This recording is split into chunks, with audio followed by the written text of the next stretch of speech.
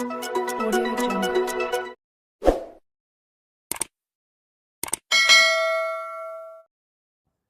Terima kasih kerana sudah menonton channel saya Bantuan-Bantuan Kerajaan. Sebelum itu, jangan lupa tekan butang share, like dan subscribe untuk lebih banyak info yang akan saya kongsikan. Berita gembira, permohonan baharu STR 2026 Fasa 3 boleh dibuat secara atas talian melalui laman web rasmi Bantuan Tunai Hasil STR atau melalui borang permohonan STR BK01. Sekiranya nama anda tiada dalam pangkalan data STR, anda boleh membuat permohonan bagi membolehkan proses verifikasi mengikut kategori kelayakan STR dimuktamadkan. Permohonan STR yang tidak dikemaskini selama 3 tahun berturut-turut perlu mengemaskini permohonan STR 2026.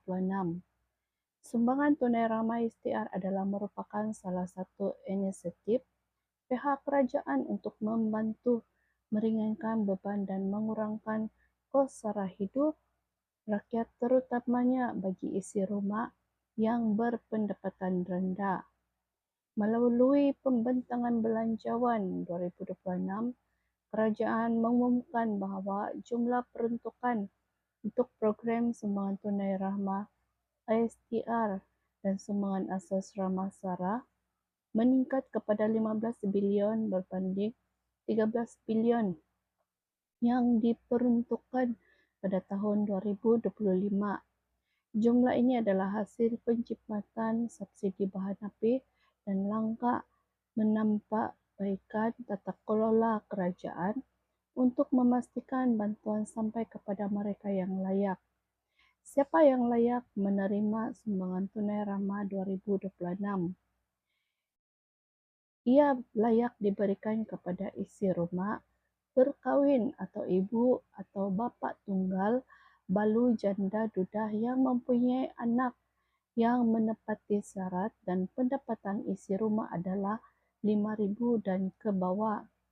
Juga diberikan kepada warga emas tiada tanggungan, iaitu bujang atau ibu atau bapa tunggal, balu janda duda yang tidak mempunyai anak, yang menepati syarat dan had umur adalah 60 tahun dan ke atas, dan pendapatan warga emas tiada pasangan adalah 5,000 ke bawah.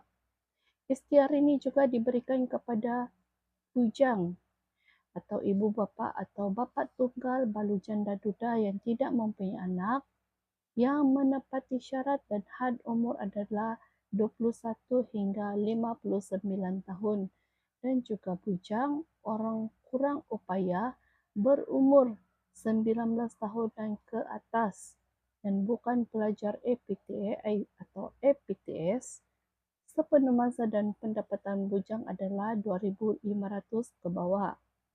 Permohonan baru Fasa 3 Sumbangan Tunai Rahmah STR ini dibuka kepada warga negara Malaysia yang memenuhi syarat kelayakan dan masih belum membuat permohonan sebelum ini.